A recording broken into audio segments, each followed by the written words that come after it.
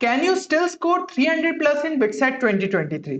या फिर जो है अभी अब काफी ज्यादा लेट हो गया है और शायद आप इस स्कोर को जो है अचीव ही नहीं कर पाओगे।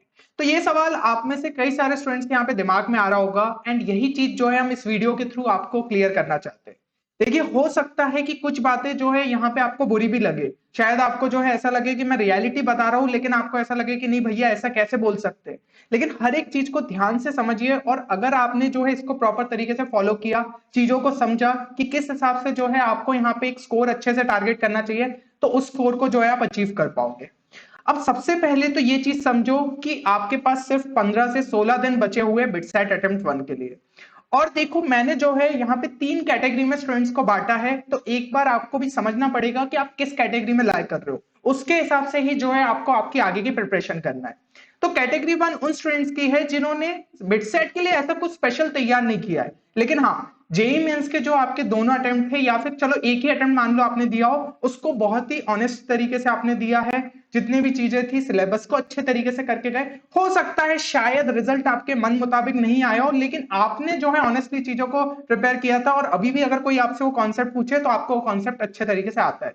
तो अगर आप इस कैटेगरी में लाई करते हो तो आपके लिए जो है आगे हम स्ट्रेटेजी डिस्कस करते हैं। देन सेकंड जो है कैटेगरी आपकी क्या हो जाती है कि जिन्होंने यहाँ पे जो है बिटसेट के लिए कुछ टाइम पहले ही तैयारी स्टार्ट की है, हो सकता है 20 दिन हो, 25 दिन हो या 1 महीना, कम से कम इतने पहले से जो है आपने स्टार्ट कर दी हो तैयारी, क्योंकि आपको भी शायद ये समझ में आ गया हो कि जेई मेंस में जो है मैं उतना बेटर स्कोर नहीं कर पाऊं, लेकिन बिटसेट में अगर जो है उस टाइम से लग जाऊंगा तो कहीं ना कहीं एक अच्छा स्कोर ले आऊंगा। तो हो सकता है आप शायद कैटेगरी 2 में लाई कर रहे हो।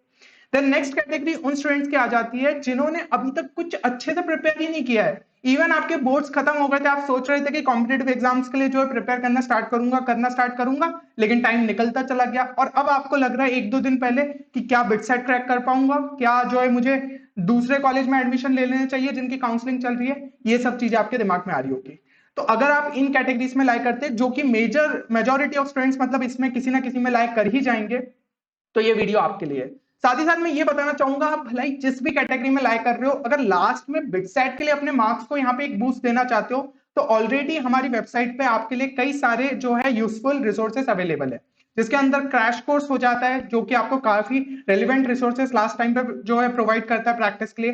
देन एलआर एंड इंग्लिश का स्पेसिफिक कोर्स है जो कि आपकी लॉजिकल रीजनिंग एंड इंग्लिश में आपको एक अच्छा स्कोर लाने में मदद करेगा, प्लस यहाँ पे मॉक टेस्ट भी है प्रैक्टिस के लिए। तो इनको आप हमारी वेबसाइट पे जो है चेक कर सकते हैं, सभी आपके सेकंड अटेम्प्ट तक वैलिड है, तो अच्छा खासा टाइम आपको सेकंड अटेम्प्ट तक जो है मिल जाता है। फर्स्ट अटेम्प्ट में जितना यूज कर सकते हो उतना बेटर है। बाकी कोर्स से रिलेटेड कोई भी क्वेरी है तो गिवन नंबर पे आप जो है कॉल भी कर सकते हो।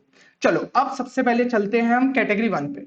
तो कैटेगरी 1 वाले जो स्टूडेंट्स हैं उनको मैंने अभी बताया कि उन्होंने जेई मेंस को जो है सीरियसली अगर दिया है तो आपके बेसिक कॉन्सेप्ट बहुत अच्छे से क्लियर है और यहाँ पे जो है आपने शायद इनफ क्वेश्चन प्रैक्टिस भी की होगी। इवन आप तो अगर जेई मेंस के लिए अच्छे से तैयारी करके गए थे तो कहीं ना कहीं थोड़ी डेप्थ तक भी जो है चीजें पड़ी होगी, लेकिन बिटसेट के लिए अपन को जो है बेसिक कॉन्सेप्ट से भी कहीं ना कहीं अच्छे तरीके से काम हो जाता है।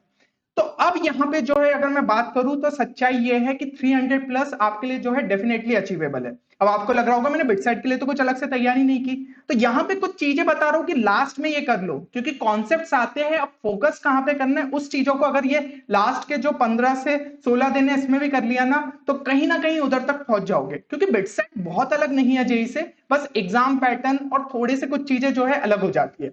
तो सबसे पहले तो आपको 6 से 7 फुल लेंथ मॉक टेस्ट जो है ध्यान से देना है विद प्रॉपर एनालिसिस।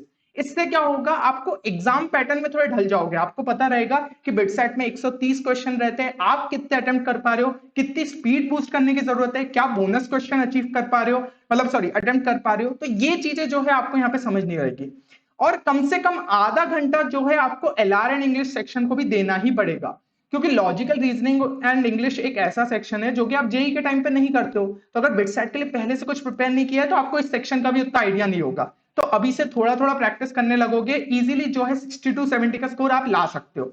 देन यहाँ पे जो है आपको अपने स्ट्रॉन्ग चैप्टर्स को अच्छे तरीके से यहाँ पे रिवाइज करना रहेगा और कम से कम ट्राई करो 15 से 20 क्वेश्चन जो इस चैप्टर के लगा लो, ताकि कहीं ना कहीं जो चीजें दिमाग में थी उनको और अच्छे से आप रिवाइज कर लो। तो क्योंकि क्वेश्चन प्रैक्टिस से ये होगा कि आपको आदत रहेगी पेन और पेपर जो है चलाने की, क्योंकि भाई 130 क्वेश्चन पेपर में करना है तो जरूरत है हमें स्पीड की, इसलिए जो है इनकी डेली प्रैक्टिस आप रख सकते हो। और जितने भी वीक चैप्टर्स भी है ना आपके, एटलीस्ट उनके फॉर्मूलेस पढ़ के चले जाओ। जेई मेंस में चांसेस कम रहते हैं कि डायरेक्ट मोमेंट ऑफ इनर्शिया का क्वेश्चन डाल दे, आपसे कैलकुलेशन बहुत सारी करवाए, पर बिटसेट एक ऐसी एग्जाम है जहां पे हो सकता है मोमेंट ऑफ इनर्शिया का डायरेक्ट क्वेश्चन डाल दे, जबकि आप अगर रोटेशनल मोशन को छोड़ना ही वाले थे तो फिर तो आपने वो मार्क्स खो दिए, लेकिन आपको अगर एटलीस्ट बेसिक फॉर्मुलेस भी पता है तो आप उनको जो है फिर अटेम्प्ट कर पाओगे। तो ये चीज का आप ध्यान रखिए। अब बात कर लेते हैं हम कैटेगरी 2 की। कैटेगरी 2 के वो स्टूडेंट्स हैं जिन्होंने बिटसेट के लिए कुछ टाइम पहले ही जो है तैयारी स्टार्ट की है, तो उनका मैं जो है ये चीज जरूर मान सकता हूं कि कम से कम 60% सिलेबस तो आप कहीं ना कहीं जो है रीच कर गए होंगे।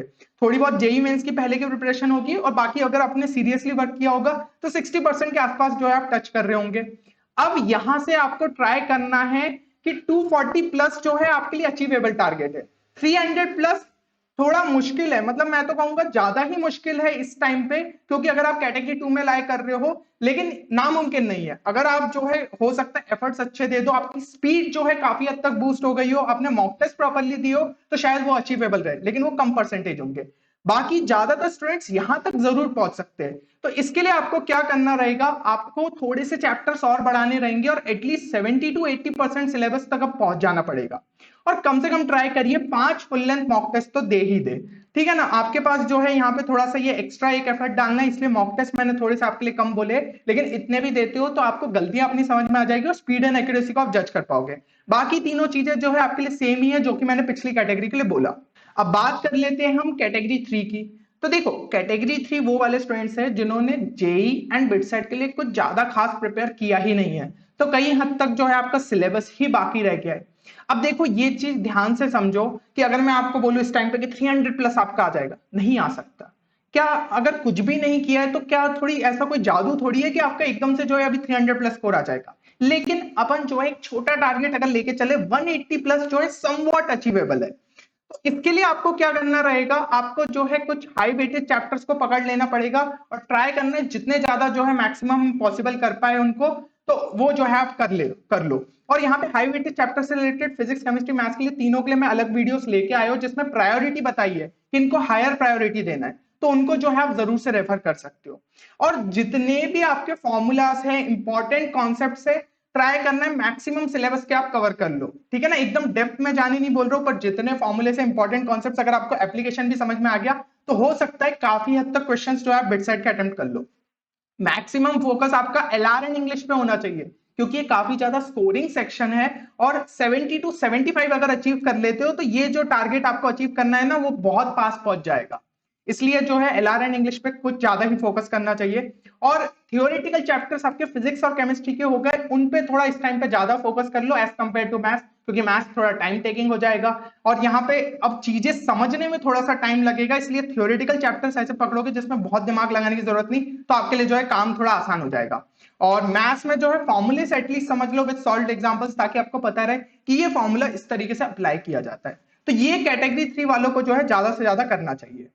अब यहाँ पे कैटेगरी 1, कैटेगरी 2, कैटेगरी 3 के लिए हमने प्लान देखा फर्स्ट अटेम्प्ट के लिए, लेकिन एक और चीज दिमाग में जरूर रखना कि अभी भी आपके पास अटेम्प्ट 2 के लिए 45 डेज है।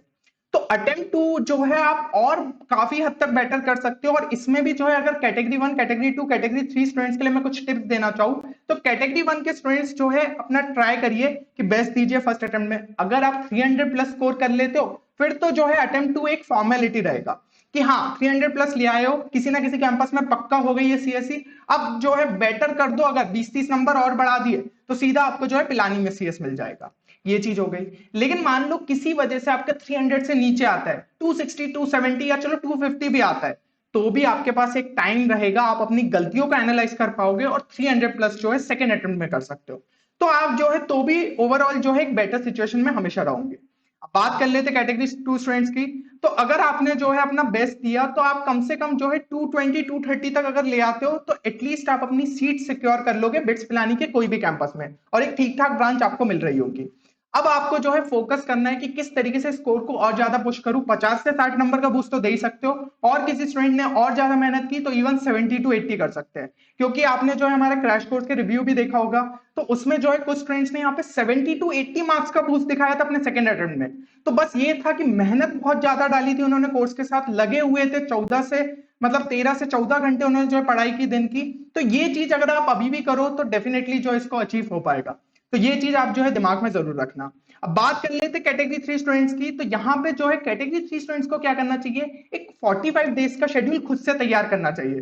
बाकी मैं ट्राई करूंगा कि आपके लिए भी जो है एक सेकंड अटेम्प्ट का और बढ़िया बेटर शेड्यूल लाऊं, लेकिन एक खुद से बनाओ। खुद से जब बनाओगे तो आपको पता रहेगा कौन से मेरे स्ट्रॉन्ग चैप्टर है, किनको मुझे प्रेफरेंस में जो है पहले रखना चाहिए, वीक चैप्टर्स को जो है फिर बीच बीच में थोड़ा थोड़ा घुसाते जाना। तो वो आपसे बेटर कोई नहीं कर सकता, तो ये चीज आप कर सकते हो। और फिर सेकंड अटेम्प्ट के लिए भी जो है पैरेलली वर्क करना स्टार्ट कर दो।